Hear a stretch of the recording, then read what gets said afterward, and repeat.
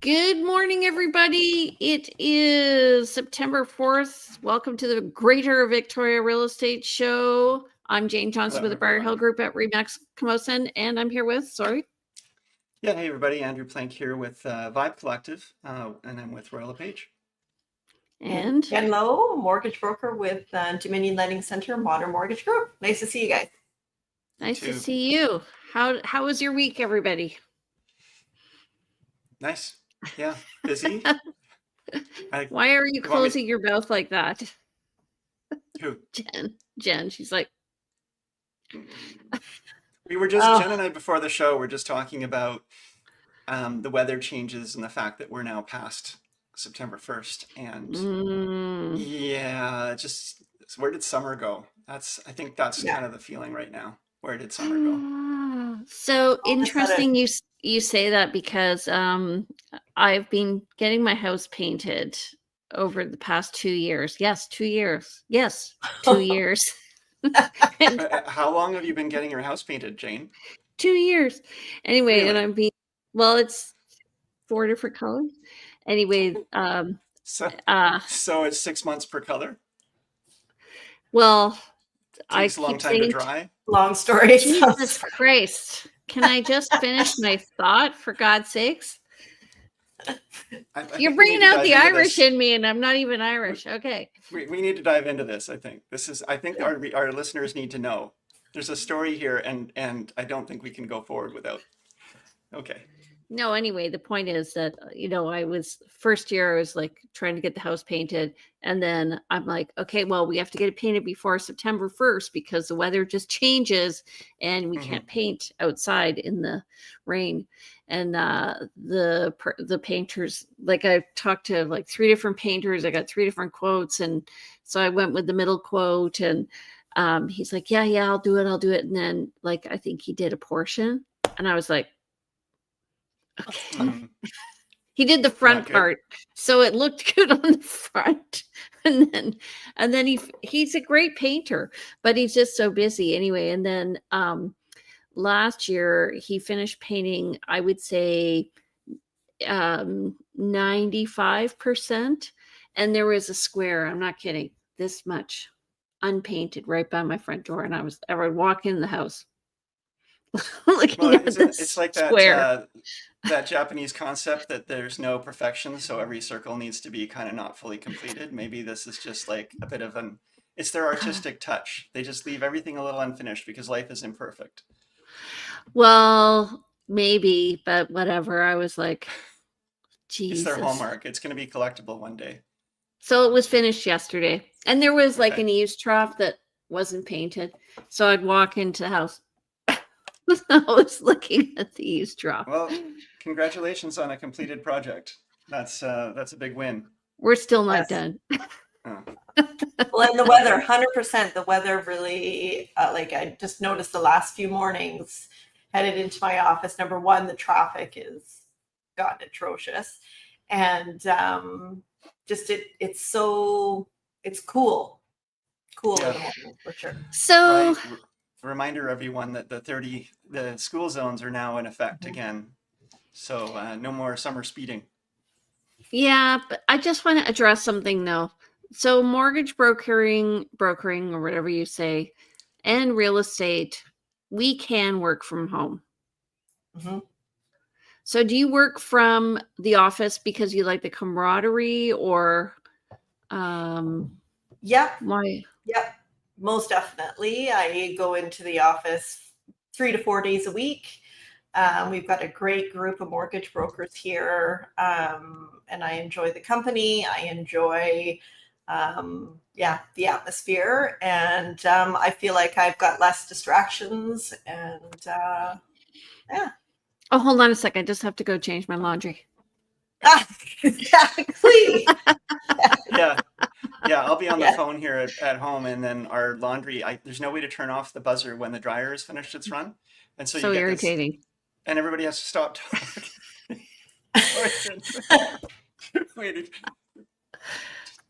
Exactly. Yeah. Okay, well, let's do this show, kiddos. Okay. Alrighty. So, Andrew, tell us, we've got the agenda. Actually, Jen, what's going Yeah. on? Well, we're watching the 5-year bond yield closely. And what that means is basically if the 5-year bond yield moves up or down, fixed rates move up or down. Today, it's sitting around 2.9%, which is up slightly and tracking closely with the US 10-year Treasury at about 4.2%.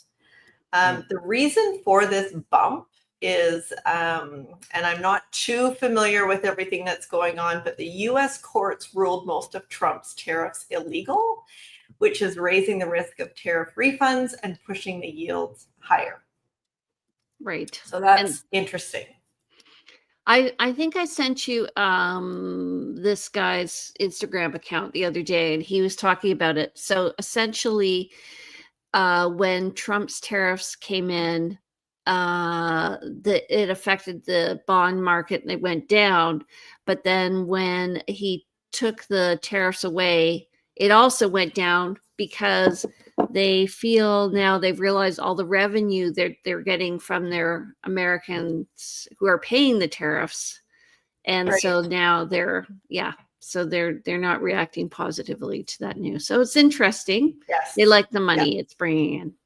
Yes. Yeah. The biggest focus right now, too, is that there's a job report that will be coming in tomorrow.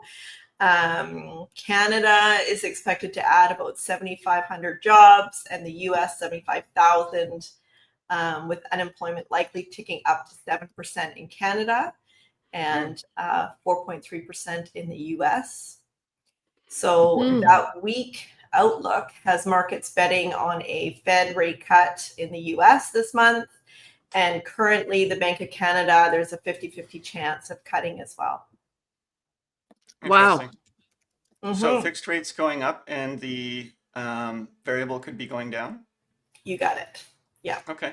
Yeah. That's the takeaway. For someone who, I was just thinking, I just thank you. You just sent me recently a happy 3-year anniversary on your mortgage. Yes, I did. Jen holds our mortgage, and which means we have 2 years left. And you know, at some point, you know, people always ask, well, is it a good time to break my mortgage? What should I be doing? I wonder if you want to comment just really briefly for people at different stages in their mortgage as to whether they should be, and whether they're on variable or fixed, whether there is an opportunity to consider anything or really just hold tight until you're much closer to renewal. Is there any argument, or at what point would there be an argument for someone to come to their mortgage broker and say, hey, let's talk, even though we've still got some years left? It depends on the situation, but if you're drowning, you're feeling like well, first of all, interest rate wise, it's always worth checking to see if you locked into, say, a 3-year term a year and a half to 2 years ago. Most definitely it'd be worth looking at that because your rate's probably much higher than where they are today. But what I'm seeing right now is people that are trying to hold out till their maturity date. They've got that 1.89%, and it's coming up for renewal in 5 or 6 months. And they've accumulated a lot of debt. So what we're looking at in those situations is we're either looking at doing a second mortgage, or in certain circumstances, it does make sense. You know what? It's great that you've got that 1.89%, but you're paying 20% on 40,000 of unsecured debt. Let's take care of this now. So I run a report, refinance report, and input all the information, what your penalty would be to get out of your existing mortgage. And it will tell us whether it makes sense to do or not. Okay. So I think what I'm hearing you say is you want to look at the bigger picture wider than your own mortgage. You want to look at your other debts and your interest rates on those and see where what you're actually paying long-term based on is, you said 28% interest on a credit card, for example. It might make sense to stop paying hundreds and hundreds of dollars in interest a month to amalgamate. Okay, got it. Thanks. That's not my scenario, everyone, just FYI. And there's lots of options, whether it's a second mortgage, adding on a line of credit, or combining your debts with your mortgage. I mean, there's lots of ways that we can look at it and create a strategy. Cool. So I always suggest to people to get a line of credit if they're getting a mortgage, just because it'll give them flexibility. I Most agree, definitely. except, know thyself. Know thyself. And if you feel like you're going to just use it because it's there and end up with all the toys because now, quote, you can afford it, then you might want to reconsider having that or making it too large. Yes. The line of credit can be a never plan, unfortunately. Yeah. That's true. I can That's relate. true. That is one that we have followed, where we've done renovations on the house, and we've done this and we've done that because it's relatively cheap credit, and you look around and you say, well, if we do this now and it costs us X, it's better than waiting 3 years to save for it. We're going to have the benefit of it now, and we're going to pay this much per month for that benefit, and it's worthwhile. Most definitely. It's also, it Okay. depends on what you're spending it on. But anyway, okay, so let's get back to Joe here. Sorry, I'm just trying to figure out. Okay, 7-day market watch. Go ahead, Andrew. Yeah, so we've had 287 properties go live in the last week versus 244 the week before, which is interesting because we did have a long weekend. 130 pendings versus 111 the week before, so our pendings are slightly up. Our price decreases also are slightly up with 135 price decreases versus 128 the week before. And again, because we straddled a first of the month, we had a whole bunch of expireds show up, 156 versus 42 the week before. And that's definitely a common thing to see. I think we had a lot of new listings because we're at the end of the summer and a lot of people made those decisions in August prior to the long weekend. So it's not like they were just waiting for the summer to be over. So that number makes sense to me, the 287. Yeah, probably actually. And while we're talking, I'm just going to go in and have a look at how many new listings kind of came in today, because I wouldn't be surprised if actually quite a few were that we had quite a large number of new listings today. It's a Thursday. We often see a lot of new listings come in. So, okay, 29 today, 126 in the last 2 days. New listings. In the last 3 days, Yeah, we 181. did too. Yeah. So the majority of this was weighted to this week. Was this side of the week. Yeah. Yeah. Okay. So then our list to sale ratio was 45.3% compared to 45.49. Interesting. Yeah, pretty flat. So yeah. Mm-hmm. Okay. So net unconditional sales for August so far was 525 for August 2025 compared to 545 for August 2024. And the new listings were at 1,081 for August of 2025 compared to 1,043 last year. Total active listings were up, baby, at 3,600, and that's compared to 3,191 for August of last year. So we're accumulating. Active listings are they actually down over last week though? Because were we not up above 3,600 last week? Yeah. But over, for the month, we're okay. Fair. All right, Andrew. Yeah, so this graph just shows the total number of active listings. Actually, and there you go, the total number of active listings that we've had month over month over the last couple of years. And so you can see the pattern here that it does follow a pattern where we see kind of a rise up in the spring, and then it falls down in the winter, and then rises up in the spring, sometimes a little down in the summer again when we look at the middle of this graph. And then again down into winter 2024, start of winter 2025. So we reached a peak here in June of 2025 of almost 3,800 listings, but we're down to 3,600 now. So I'm just going to go to the next graph. I'm calling this the big season and the little season. So that we have a definite spring market and a definite fall market, and we're kind of back to where we were. It's funny, one of my market updates from 2019 showed up on my Facebook the other day, and I was like, oh, it's so funny to hear what I was saying. There were 88, I think, price decreases, so lower than where we are now. Anyway, we're seeing a peak both in May of both years, last year and this year, and a little bit more inventory compared this year comparatively to last year. But I think it feels like we're going to head into a rather robust fall. What do you think? Yeah, I agree. I think I've been busy through the year, other than feel like I got a 3-week, maybe 3-week break these last 3 weeks of summer, and it was glorious because the phone stopped ringing for me, and a number of my clients were sort of completing their sales and so forth. But everything's kind of lining up now for fall. So I do agree. I think it's going to be a busy fall, and already things are starting to sort of slot into place for running around and doing all the real estate things and no longer being in the office. Yeah, I'm never in the office. My office is my car. I bet. Which is why you're doing this out of your living room. Because I mean, do you not have a home office? This is my home office, where I am room. right now. Okay.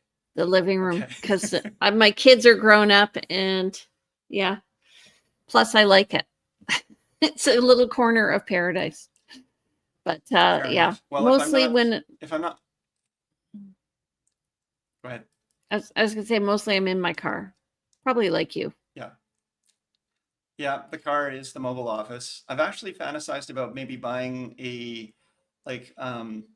not exactly a camper van, but a camperized van with a really nice office-y space inside as my mobile wheels, because then you could just park somewhere and you've got set up the table and work away, and it can also work as a camping vehicle, but it's the branded mobile office. Just want to say, I have been listening to you say this for 19 years. So this is not a new idea. I did have the Barth, and I actually did use it for that from time to time, but it was a little big. And I'm saying I love the idea of it, but it's not something that's going to happen. Yeah. Our next purchase is going to be a trailer. But anyway, let's move on. Let's actually move on. Okay, go ahead. Okay, so we're looking. Go ahead. You said go ahead, so I assumed that was for me. But we can give some of this to Jen too, even though she's So we are now below the 20% line, which we have not actually been below that line since 2023 in October, November 2023. And so we are getting closer into buyer's market based on that number. I would say we're still balanced, but weighted towards the buyer side. And I think that if we see some more activity this fall, we might find this pops back up again. But it certainly has felt like listing activity has been slower. Prices have been coming down. We're seeing a lot of price reductions. So the wind isn't as deeply in the sails as it has been in some years. So what are your comments here? I'm just sorry. Go ahead. No. There's 3,600 active listings right now. Yes. That seems extremely high. Well, it's actually been coming down though. So we were at 3,800. Okay. And it's been slowly coming down, and it probably will continue to come down if it follows the trend it normally does. Although we might see we sometimes do see a bump in the fall because, again, people are starting to list and waited to list, but it should actually follow this same trend that you see in the middle of this graph. But It is high. It's certainly high. It's higher than it's still higher than it's been in the last few years, but not as high as it was a couple months ago. Gotcha. To me, so I think the board has slightly changed what is a seller's definition of a market. So I don't think it was 28 or 17 to 28. I just checked the stats. So it is driving. I can go back and look. But anyway, this is okay. So 3,600 seems a lot for our board, but also just remember how many newcomers we have. And when Andrew and I got into real estate, I think there were around 3,400. I seem to remember. So I think Listings. we're actually still pretty low inventory, relatively speaking. If we reach, I think over 20 years Yeah. ago when we got into this business, there weren't, Langford was not developed as it is. There weren't so many condo buildings and new developments, and Royal Bay was just twinkling in somebody's eye, and there's so much growth that's happened. So when you think about the actual size of Greater Victoria has grown a lot, it's hard to, you need to kind of take that into account when you talk about, it's almost, we want to look at the percentage, the per capita or per building that actually exists in Greater Victoria versus the listings to really know how that fits together. And that's for someone with more stats minded than I am, but it's something to consider. Yeah. Any thoughts, Jen? On that, no. Okay. Fair. All right. Fair. Single family homes. We were at 1.35 2 years ago, and we've been kind of hanging around 1.25. We've ended up around 1.3 over the last 4 months, so fairly steady market. We did peak in April, but we peaked, I think actually we peaked in February. Those sales happened in April. They completed in April, if I'm reading the stats properly. So we've had a pretty flat year overall, I would say. In terms of pricing. Yeah. Yeah. And this is averages, not median, correct? This is the average pricing. Yeah. Yeah. So this Okay. is Greater Victoria, single family homes. Yeah. Condos. Downtown condos are really still struggling from what I'm hearing and seeing. The new rules around Airbnb have impacted that, and just also some of the socioeconomic situations downtown are impacting that. Yeah. So what we're seeing here is a bit of a drop in pricing from a peak in February. And overall, though, overall on this graph, it's been averaging around 600,000. And it seems that like a 2-bedroom, 2-bath condo, 600,000 was kind of like the going rate for quite a long time, like on average. But what would you say to that? I would say, so again, it depends. So we're looking at all areas. We're seeing condos definitely sell in Royal Bay area, but downtown, they seem to be languishing. Part of that is the fact that a lot of them now don't allow parking. So if you have a unique condo with parking, it's going to sell quickly, I think. We did have a condo, 1 bed at 550 that sold in a week. So it was in the Union Building. So I can see it depends on the time of year as well. We definitely tend to have a spring market, I think, for our condo market.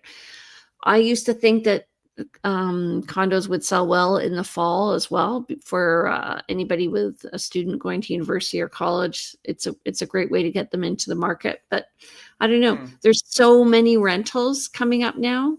That's like there's rental purpose-built buildings. Rentals. Yeah. So those have really affected. Previously, homeowners were managing that, but now with these, like Langford and Colwood has those. More Langford, I guess, and then downtown. All the Harris Green stuff, that's really going to affect condos. Right. With interest rates higher, it doesn't always necessarily make sense because the amount of rent that you're going to pay could be on par or less than taking a mortgage when you consider the strata fees and everything else. And I think that's a deterrent right now as well. Yeah, and strata fees are going up too. In general. Alrighty. Yeah. Although insurance apparently has come down in price, which I think we talked about. And that was a big portion of what people were paying for their strata fees. It does take up a large portion of it. So that's interesting. Mm-hmm. Okay. All righty, let's go to So, townhomes. Andrew. well, again, you know, they've just broken out of the window between 800 and 850 that they've been sitting in for a couple of years.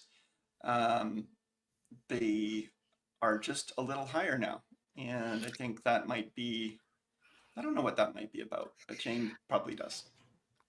Well, I was just going to say, I was talking to a realtor who recently took over a development on Fifth Avenue in Sydney.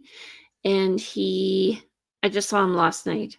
And they reduced the price of these townhomes to just under $1 million, and they sold 5. Meanwhile, they'd Yep. been sitting on the market for a couple of years. So I think it's really figuring out what is the market telling you, what it's willing to bear, and going there with your pricing. Yeah. Now, demographics too, as Victoria ages, and a lot of people, you know, living in homes start to think about maybe moving into a bit of a different style of living that maybe has got the a strata where maybe the care and feeding of the roof and the exterior and windows and gardening is all done by somebody else, and you pay your fee and it's, you know, easy care in a sense. I think that's got an attraction for some people, and certainly that style of row townhouse that is single level living or primary bedroom on the main is really attractive and attracting, I think, more action. Yeah. But they those, since they were all over or just under $1 million, I think that's one reason why the average price It's has the price gone up. point. Yeah. Yeah. Yeah. All right. So price index benchmark price summary. All right, Andrew, you want to take this away? Let's actually pass over the Gulf Islands, go to the peninsula. Yeah. So what we're going to do here is we've got some mapping and just a little bit, a brief review of what the year ago price point was for benchmark versus this year. There was not really any data. This is why well, there is some data for the Gulf Islands, but we will just concentrate on the core because we've got a number of slides here. So North Saanich, I'm just going to talk about the percentage changes. It's gone up 4.5% year over year, whereas Sydney is 2.8%. And interestingly, Central Saanich has come up 6.2% in their benchmark pricing. So that's pretty massive year over year compared to a number of the others. Malahattan area, just 0.5%. Pretty flat. Pretty flat, yeah. Saanich East, 1.5% up. Saanich West, 4.2% up, which is interesting. View Royal, 4.2% up. Esquimalt, 3%. Vic West, 2.5%. The City of Victoria down by 0.5% for single family homes. And Oak Bay down by 0.6%. So Oak Bay has actually come down in price, because you know what, when you look at the actual benchmark price for Oak Bay, and I'll give you just a sec, Jane, it's at 1.8 million and change. So that's a little hard for a lot of people to reach. Not surprising, it's kind of hit its wall there. So comparatively speaking, Vic West, you get the biggest bang for your buck. Esquimalt is very close to View Royal. These are, I consider, kind of shoulder districts that people don't look at first. They're not primary areas. People usually come to Victoria, look at Victoria. And Saanich East is also very popular. It's also the most active area in real estate. What this tells Property me really quickly, taxes. yeah, property taxes, sure. In View Royal are usually lower too. Lower Yeah. in View Royal, yeah. Yeah. So the west side, or sorry, the east side of the Highway? divider line here, there's this east line, and that's really popular, higher price side of Victoria, you might find. But what this tells me, where these have kind of stalled out on this right hand side, is that people are finding that this is a bridge too far to reach, and are choosing to spill onto the other side. And why this is why you're seeing price drops, for example, in Oak Bay. And I'm speculating here, but people are choosing to go where their money goes a little further. So let's see if that holds up. Yeah, let's see if that holds up with the West Shore here. So Highlands is up 7.6%, although that's a harder one to call because there's not a lot of sales in Highlands, and that can be really quite variable. You've got Souk has gone up only 0.4% year over year. Colwood is down 0.1%. Langford is up 1.4%, and Metchosin is up 3.6%. Jane, as a Metchosin resident, citizen, do you have any comments to make about the West Shore? Yes, I'm finding in Metchosin especially things have it'd be interesting to see what the volume of sales are, like how many houses have sold, because I'm finding that there are a lot of overpriced listings in Metchosin right now. I'm finding it interesting that Colwood and Langford are now more in alignment than they have been in a long time. Colwood was below Langford for a very long time, like I'd say the last decade. And probably 20 years ago, it used to be above Langford because it was a preferred area. And this is all has to do with the politicians developing it. I agree with you regarding the Highlands. There's not a lot of transactions.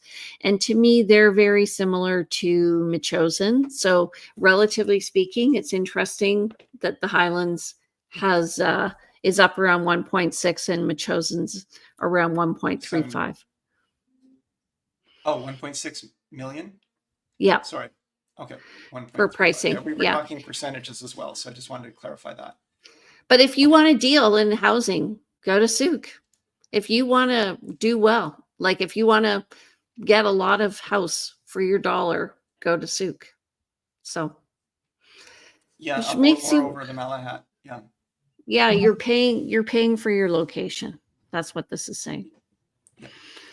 Okay. So in general, in terms of regional summary for single family homes, in the Greater Victoria overall trading area, there's a change of 1.6% up. In the core region, that's the same, 1.6. And then when you've got the Peninsula region is actually up 4.5. So the Peninsula has done quite well overall, whereas the West Shore has been less change at 0.8%. And I think that's because there's a lot of new construction happening in the West Shore. And so they're trying on these price changes, and they're trying to see where they're getting activity. It's interesting because I can say this now. We listed a house on in Royal Bay, and originally we were looking at 115, and we ended up listing at 1175. Because we just saw that we're looking for where the activity is happening, and we ended up getting more for the house than the sellers wanted. So I'm just saying, price where the market's working. Do you ever get more than someone wants? I'm sure they're very happy with what they got. They're not like, oh, this is too much, please just anyway. Okay. My neighbor did that once. Yeah, I mean, people have actually, we have had situations where someone has said, you know, I'm looking at 3 different offers, and one of these offers is from a young family starting out, struggling, and I just want to give them the home despite their offer being $30,000 less than the other best and highest offer. Something like that. It is beautiful when that happens. Yeah. Okay, so moving on. No data available for condos and apartments in the Gulf Islands. No surprise there. I'm going to try to keep this moving quickly because we've added a lot of data here, and I just so we've got North Saanich is down 6.8% year over year for the benchmark pricing. Sydney is down 3.9 year over year for benchmark pricing, and Central Saanich down 5.7% year over year benchmark pricing for condos. So overall, condos have fallen on the peninsula.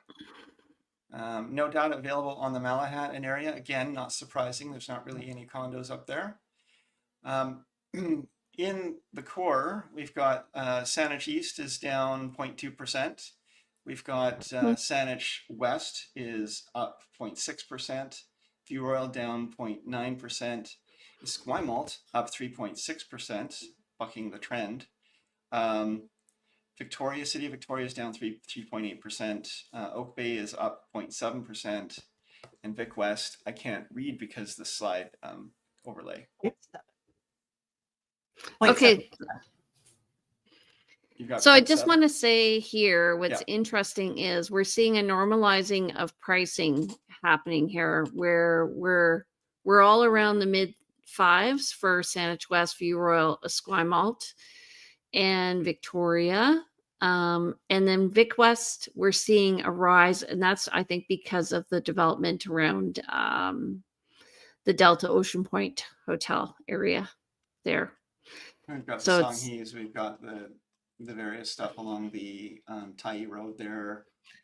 yeah, There's a little bit of a higher, it's not exactly higher end, but some higher end condos in that area.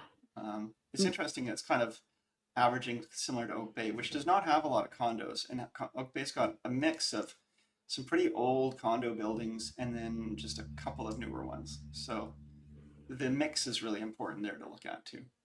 True. So you have newer product in Vic West than you do elsewhere. Yeah.